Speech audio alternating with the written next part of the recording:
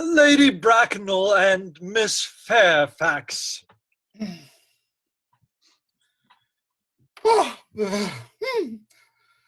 Good afternoon, dear Algernon. I hope you are behaving very well. I am feeling very well, Aunt Augusta. That's not quite the same thing. In fact, the two things rarely go together. Oh, dear me, you are smart. I am always smart, aren't I, Mr. Worthing? You are quite perfect, Miss Fairfax. I hope I am not that. It would leave no room for developments, and I intend to develop in many directions. I'm sorry if we are a little late, Algernon, but I was obliged to call on dear Lady Harbury. I hadn't been there since her poor husband's death. I never saw a woman so altered. She looks quite 20 years younger. Now I'll have a cup of tea and one of those nice cucumber sandwiches you promised me. Oh, certainly, Aunt Augusta.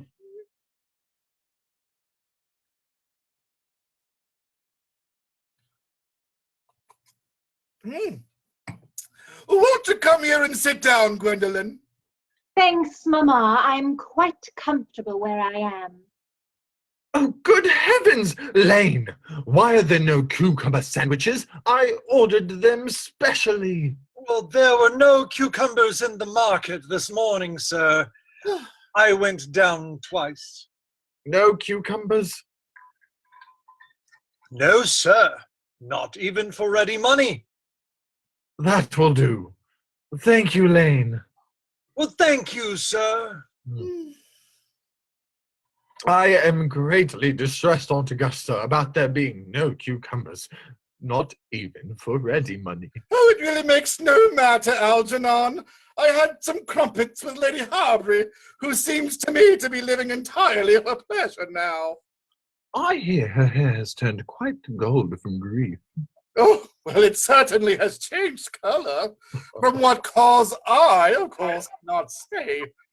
Thank you. I'm quite a treat for you tonight, Algernon.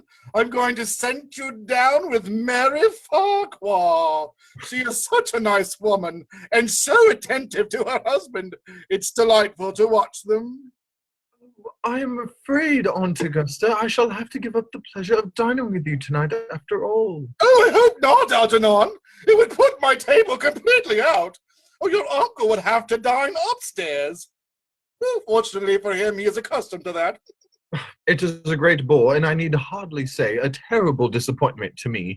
But the fact is, I have just had a telegram to say that my poor friend Bunbury is very ill again. They seem to think I should be with him. It is very strange. This Mr. Bunbury seems to suffer from curiously bad health. Oh, yes, poor Bunbury is a dreadful invalid. Well, I must say, Algernon, that I think it is high time that Mr. Bunbury made up his mind whether he was going to live or die. This shilly-shallying with the question is absurd, and nor do I in any way approve with the modern sympathy with invalids. I consider it morbid. Illness of any kind is hardly a thing to be encouraged in others. Health is the primary duty of life. I'm always telling that to your poor uncle, but he never seems to take much notice as far as any improvement in his ailments goes. I should be much obliged if you would ask Mr. Bunbury from me to be kind enough not to have a relapse on Saturday, for I rely on you to arrange my music for me. It's my last reception, and one wants something that will encourage conversation, particularly at the end of the season when everyone has practically said whatever they had to say, which in most cases was probably not much. I'll speak to Bunbury, Aunt Augusta, if he is still conscious, and I think I can promise you he'll be all right by Saturday. Of course, the music is a great difficulty. You see, if one plays good music, the people don't listen. And if one plays bad music, people don't talk. Oh. But I'll run over the program I've drawn out. If you will kindly come into the next room for a moment. Thank you, Algernon. It is very thoughtful of you. I'm sure the program will be delightful after a few expurgations. French songs I cannot possibly allow. People always seem to think they are improper and either look shocked, which is vulgar, or laugh, which is worse. But German sounds a thoroughly respectable language, and indeed, I believe is so. Gwendolyn, you will accompany me. Certainly, Mamma.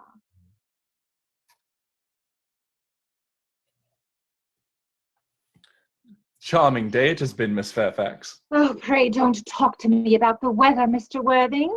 Whenever people talk to me about the weather, I always feel quite certain that they mean something else, and that makes me so nervous. I do mean something else. I thought so. In fact, I am never wrong. I would like to be allowed to take advantage of Lady Bracknell's temporary absence. I would certainly advise you to do so.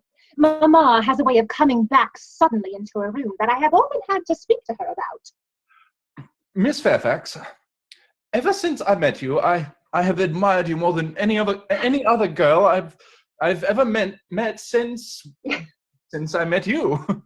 Yes, I am quite aware of the fact. And I often wish that in public, at any rate, you had been more demonstrative. For me, you have always had an irresistible fascination. Even before I met you, I was far from indifferent to you. We live, as I hope you know, Mr. Worthing, in an age of ideals. The fact is constantly mentioned in the more expensive monthly magazines and has reached the provincial pulpits, I am told. And my ideal has always been to love someone of the name of Ernest. There is something that name that inspires absolute confidence. The moment Algernon first mentioned to me that he had a friend called Ernest, I knew I was destined to love you.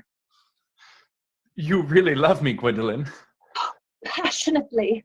Darling, you don't know how happy you've made me. My own Ernest. But you don't really mean to say that you couldn't love me if my name wasn't Ernest. Oh, but your name is Ernest. Yeah, yes, I know it is, but supposing it was something else, do you mean to say that you couldn't love me then? Oh, that is clearly a metaphysical speculation. And like most metaphysical speculations, has very little reference at all to the actual facts of real life as we know them. Personally, darling, to speak quite candidly, I don't much care for the name of Ernest. I don't think the name suits me at all. It suits you perfectly. It is a divine name. It has a music of its own. It produces vibrations. Well, really, Gwendolyn, I must say that I think there are lots of other much nicer names. I think Jack, for instance, a charming name. Jack. Oh, no, there is very little music in the name Jack. Oh, if any at all, indeed. It does not thrill. It produces no vibrations. I have known several Jacks, and they all, without exception, were more than usually plain. Besides, Jack is a notorious domesticity for John. Oh, and I pity any woman who is married to a man called John. She would probably never be allowed to know the entrancing pleasure of a single moment's solitude. The only real safe name is Ernest. Gwendolyn, I must get christened at once. I mean, we must get married at once. There's no time to be lost. Married? Mr. Worthing? Well, surely you know that I love you, and you led me to believe, Miss Fairfax, that you were not absolutely indifferent to me. I adore you, but you haven't proposed to me yet. Nothing has been said at all about marriage. The subject has not even been touched on. Well, may I propose to you now? Well, I think it would be an admirable opportunity. And to spare you any possible disappointment, Mr. Worthing, I think it's only fair to tell you quite frankly beforehand that I am fully determined to accept you. Gwendolyn, Yes, Mr. Worthing, what have you got to say to me? you know what I've got to say to you. Yes, but you don't say it. Gwendolyn, will you marry me? Oh, of course I will, darling. How long have you been about it? I'm afraid you have had very little experience in how to propose. My own one. I have never loved anyone in the world but you. Yes, but men often propose for practice. I know my brother Gerald does. All my girlfriends tell me so. What wonderfully blue eyes you have, Ernest. They are quite blue. I hope you will always look at me just like that, especially when there are other people present.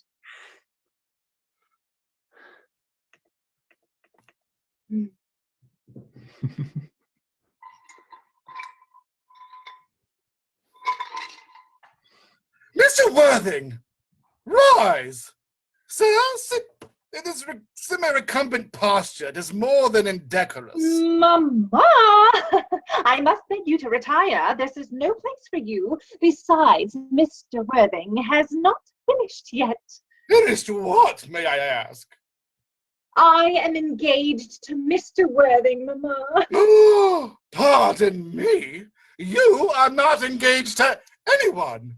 When you do become engaged to someone, I, or your father, should his health permit him, will inform you of the fact.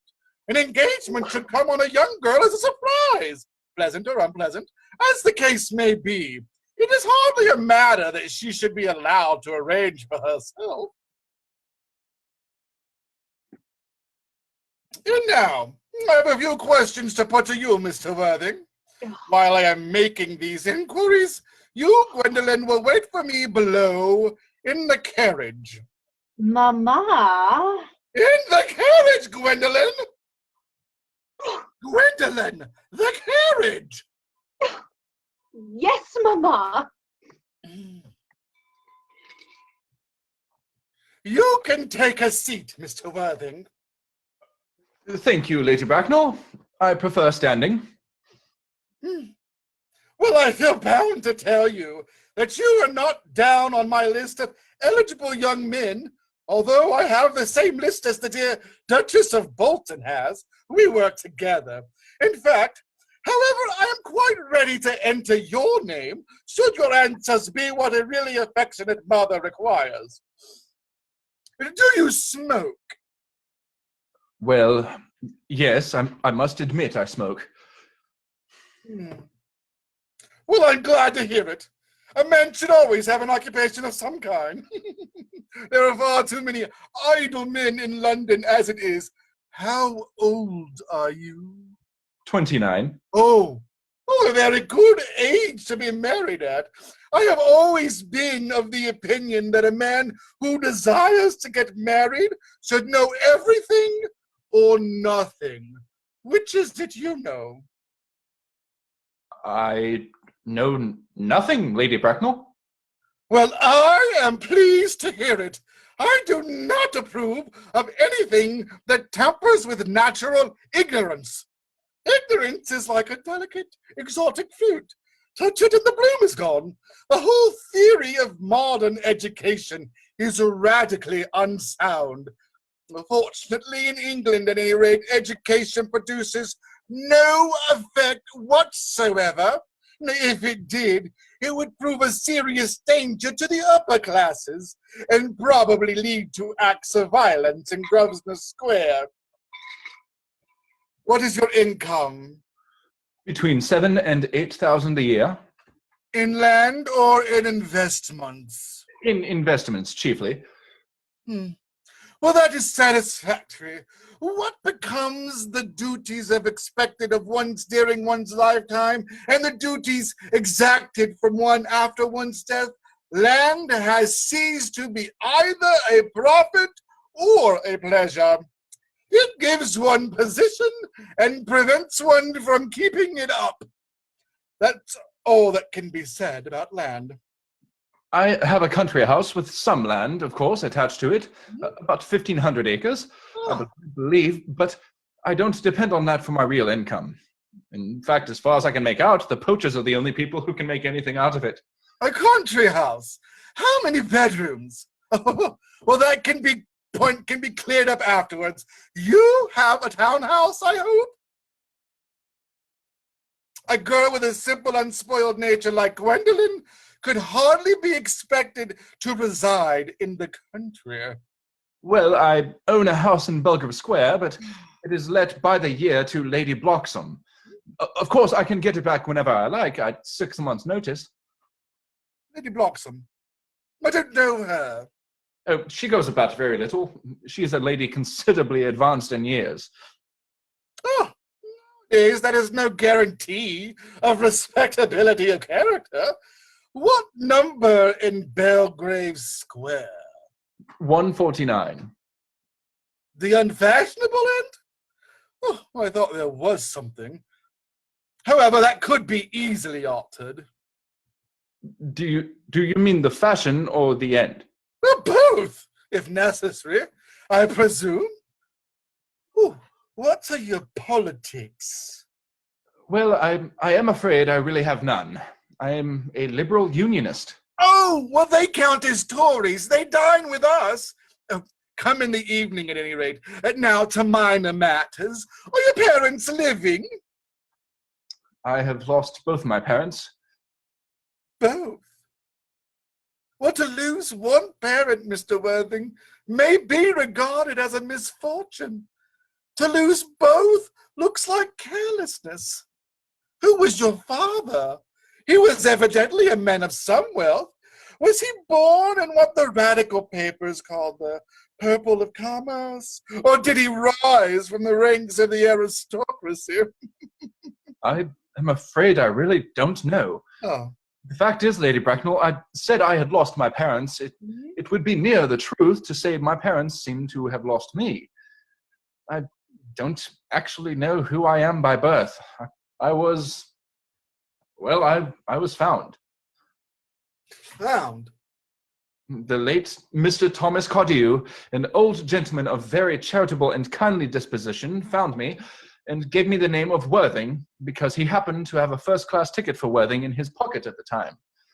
Worthing is a place in Sussex. It is a seaside resort. Where did the charitable gentleman who was first-class ticket for this seaside resort find you?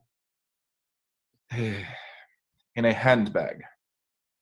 A handbag? Yes, Lady Bracknell, I was in a handbag. Ooh. A somewhat large black leather handbag with handles to it. An ordinary handbag, in fact.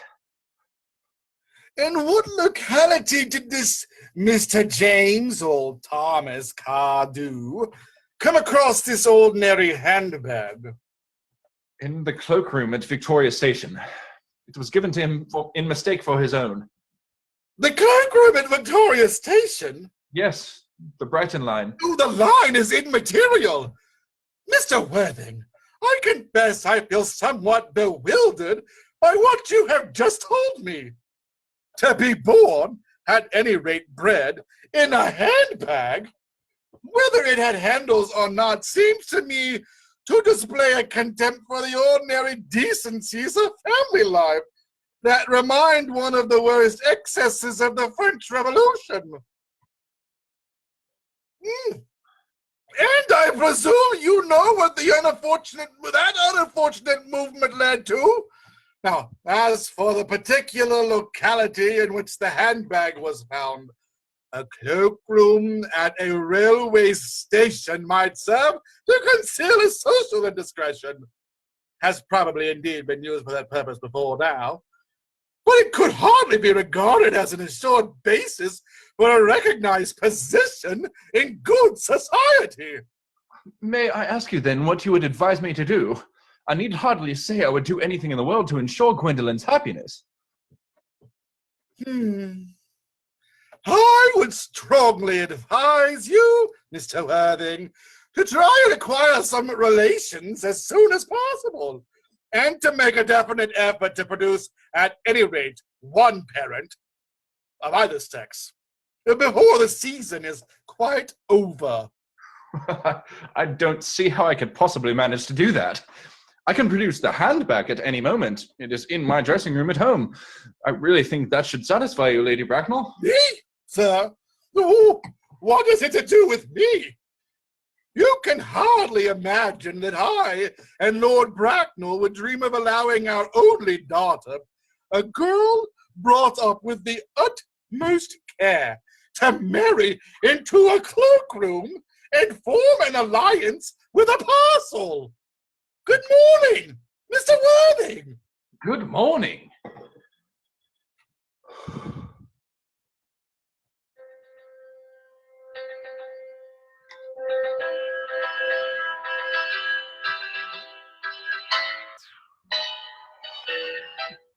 For goodness sake, don't play that ghastly tune, Algy. How idiotic you are.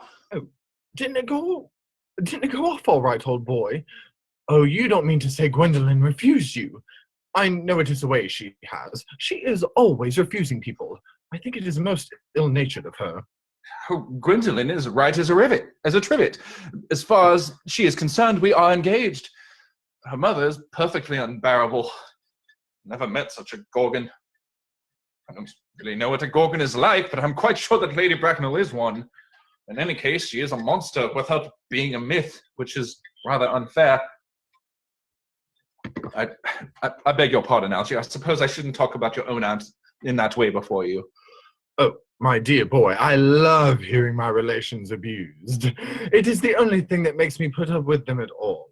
Relations are simply a tedious pack of people who haven't got the remotest knowledge of how to live or the smallest instinct of when to die. That is nonsense. It isn't. Well, I won't argue about the matter. You always want to argue about things. That is exactly what things were originally made for. Upon my word, if I thought of that, I'd shoot myself. You don't think there's any chance of Gwendolyn becoming like her mother in about 150 years, do you, Algy? All women become like their mothers. That is their tragedy. No man does. That's his. That's clever. It is perfectly phrased, and quite as true as any observation in civilized life should be. I'm sick to death of cleverness.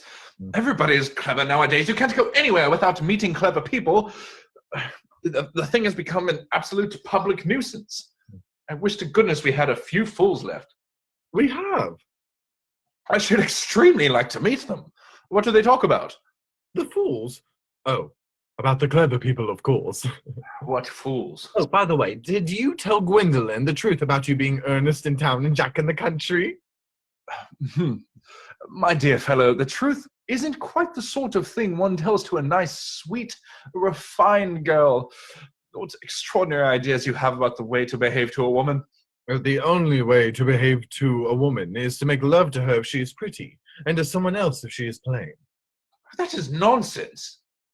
What about your brother? About the profligate Earnest?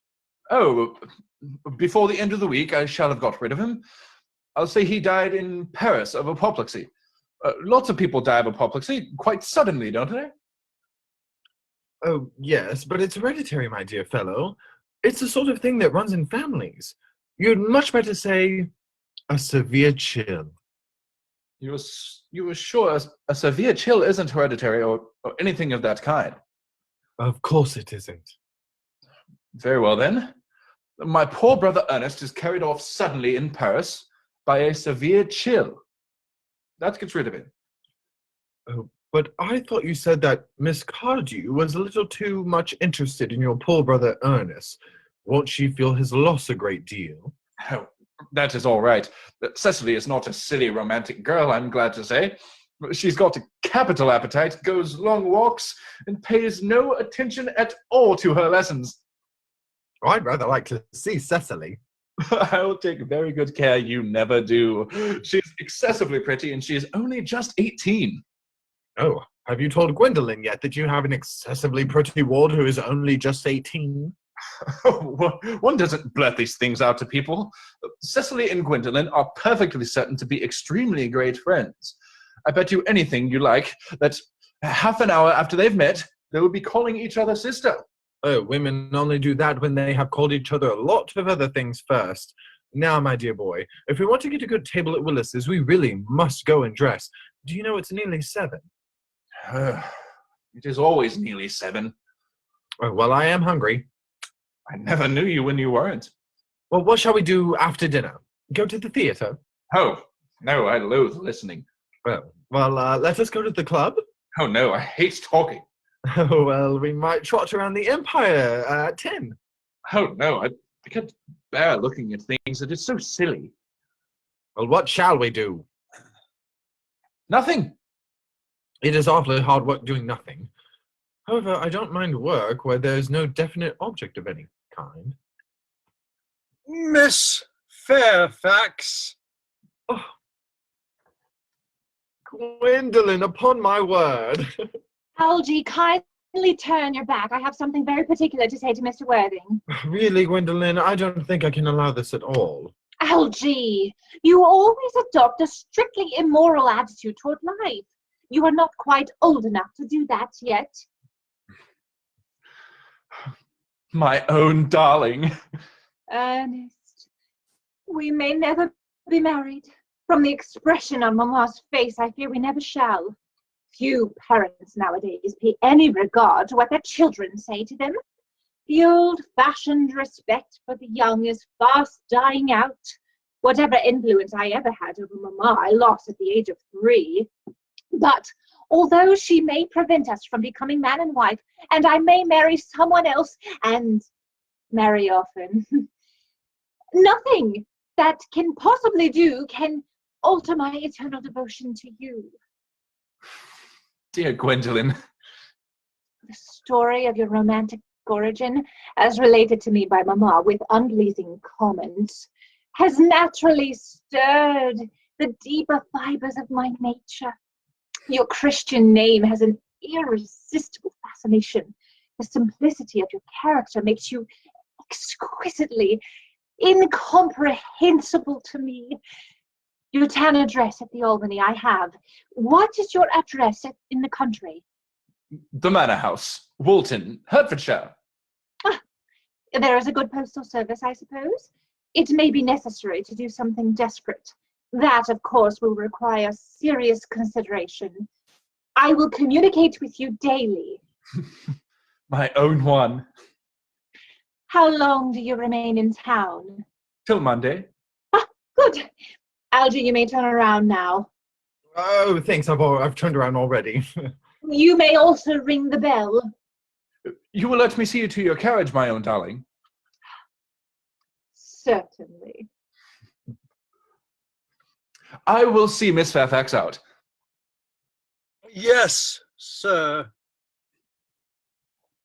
A glass of sherry, Lane. Yes, sir. Oh, tomorrow, Lane, I'm going Bunburying. Yes, sir. I shall probably not be back till Monday. Oh, you can put my dress clothes, my smoking jackets, and all the Bunbury suits. Yes, sir. Oh, I hope tomorrow will be a fine day, Lane. Oh, it never is, sir. Lane, you are a perfect pessimist. I do my best to give satisfaction, sir. There is a sensible, intellectual girl. The only girl I ever cared for in my life. What on earth are you so amused at? Oh, I'm a little anxious about poor Bunbury. That is all. If you don't take care, your poor friend Bunbury will get you into a serious scrape someday. Oh, I love scrapes. They're the only things that are never serious. That is nonsense, Algy. You never talk anything but nonsense. Nobody ever does.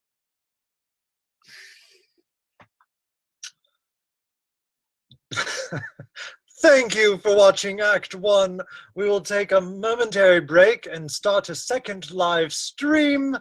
Please stay tuned and find out who will be taking a second additional shot at the beginning of Act 2.